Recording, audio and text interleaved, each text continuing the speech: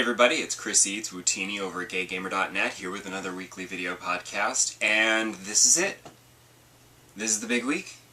Animal Crossing New Leaf is finally out, and now everybody else gets to see just how amazing this game is. It's seriously the best Animal Crossing game ever. They just keep improving it. This one is the best yet. Can't say more than that. And I was delighted because I went to the launch event at the Nintendo World Store in New York City, and I came out of the subway and was pleasantly surprised to find that the line went all the way down the block and around the corner, just like all the other launch events for a Mario game, or a Zelda game, or a Pokemon game. Okay, but with the Pokemon game, that line went around the corner, then down that block, then around that corner, then down that block, and it was ridiculous. I think this one just went around the corner, although a friend of mine said that he was around the corner up by Radio City, and it was kind of insane. So, it might have gone all the way down that block too, which is ridiculous, but a little bit awesome because it's Animal Crossing, and I never felt like Animal Crossing was really that popular, at least not in America. It was always that cult game, and I have friends who play Animal Crossing, and we love it, and we would visit each other's towns, and it was great fun, but it didn't feel like this whole worldwide, global phenomenon. But now it kind of does, which is awesome. And it's especially awesome because, you know, on the internet now you can visit whoever you want, wherever they are. And, I mean, I dream visited a Japanese town one time just to see what it was like, because I figured they've had it for a long time, their towns must be awesome. And sure enough, I got like a glimpse of what my future might be like, and their humongous house full of furniture, and it was all amazingly decorated and whatever, but I'm still working on mine. The event was great. They had a nice big sign up in the front with Porter welcoming you, and the railroad, and there were tracks that took you to the register so that the line would move towards the register to buy the game, and there was a photo booth where you could get your picture taken, but it was just a regular photo booth, and it just had the Animal Crossing logo on the side of the pictures. It didn't, like, put you in Animal Crossing, which, you know, like, I was looking forward to something like a photo op with, like, a background, and you pose with a character or something. Best I could do was pose with one of the cardboard character cutouts. That's, you know, that was the best I could do.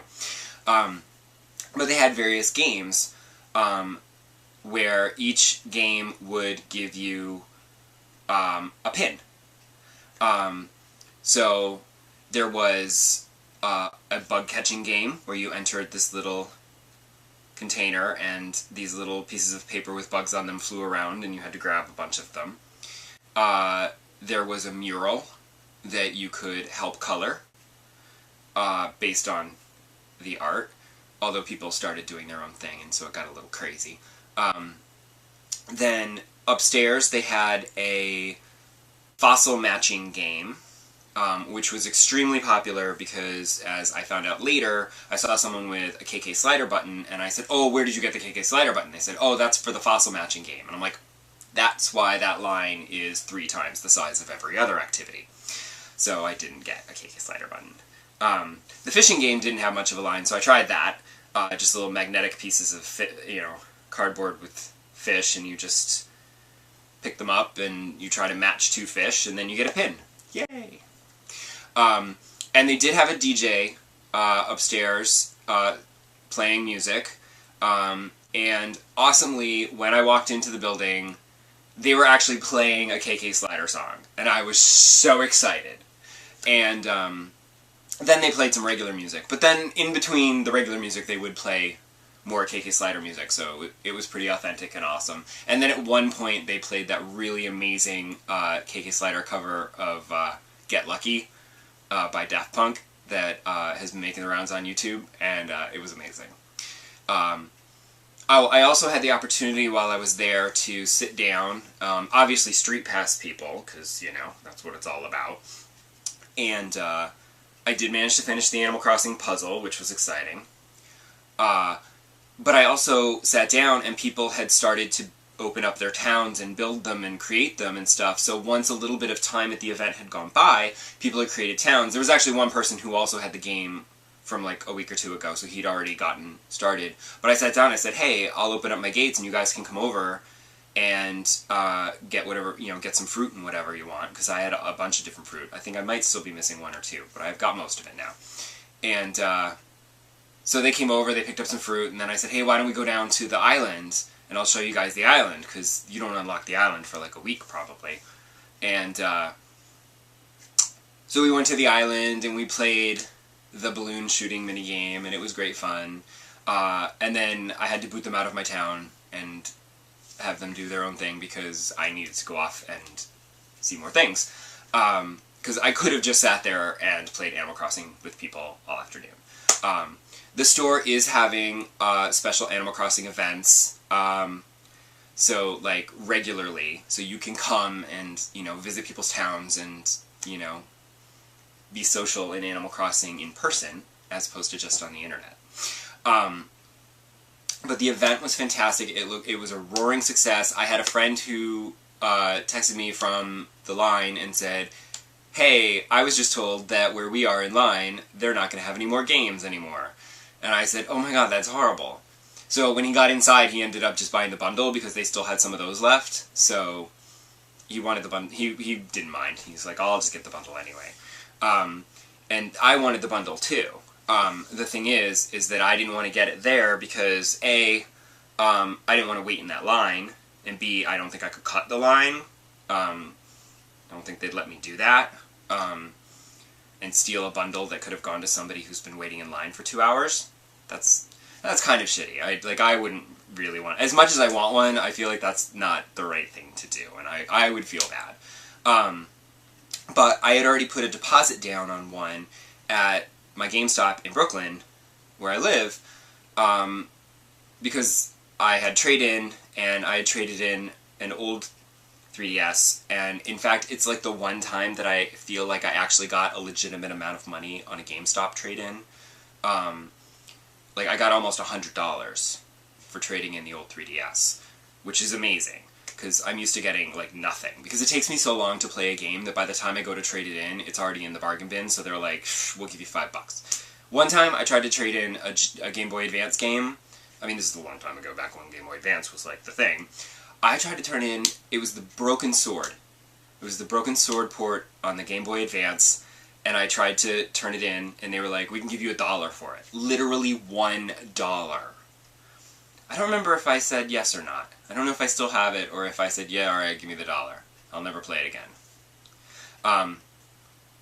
But on Saturday was the launch event at Nintendo World, where you could buy the game for a few hours a day early, and then it went on sale Sunday morning. Well, it went on sale Saturday night at midnight. As soon as it turned Sunday, I had a lot of friends who were barking up the eShop and downloading it. I don't know how many of them actually downloaded it and then tried to move into their towns at like 1 or 2 in the morning. I think most of them probably went to bed and just moved in the morning. But I'd rather move in the morning because it's, it's sunny and it's nice. I mean, unless it's raining, I guess. But, you move in at 3 in the morning, it's dark and moody, I don't know. But I went to GameStop this morning, and it was shortly after it opened, like pretty much right as it opened, and I picked up my Animal Crossing 3DS XL, which is fantastic! It's so cute! Look how cute! It's got the little symbols and everything, it's so great! And I did the transfer, and my town transferred perfectly fine. I was a little concerned that I would lose it all, but I did not. And I have to say that the big screen is amazing, but, like, it's great having the big screen. And I especially also like, for my aging eyes, because I'm old, the big screen is good. I also, for my giant fingers, appreciate the bigger touchscreen.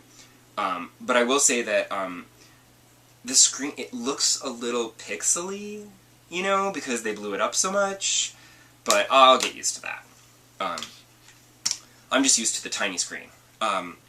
So, I was pleased, I will say one more thing. I was pleased when I went to GameStop. There was a girl already waiting at the door The guy came and unlocked it as I was approaching the store. He let her in, I went right behind her, and then she bought Animal Crossing, and then I picked up that she had reserved, and then I bought my bundle that I had reserved, and I turned to leave, and there was a half a dozen people behind me in line who were pretty much probably all there to pick up Animal Crossing the morning that it released at a small GameStop in a Brooklyn neighborhood. And I think that's awesome, you know? Like, the line going around the corner at Nintendo World, and the half a dozen people at the GameStop. I mean, I wouldn't have expected anybody to be in line at the GameStop as it was opening at 11 o'clock on a Sunday afternoon to buy Animal Crossing, of all things. So I'm super excited that Animal Crossing seems to be doing really well, and I hope that it sells millions of copies, and then maybe in a couple of years we can get a Animal Crossing for the Wii U. You think? We can dream! Anyway, that's all for this week. Come back next time. It's almost time for E3, so we'll have that to talk about. Bye!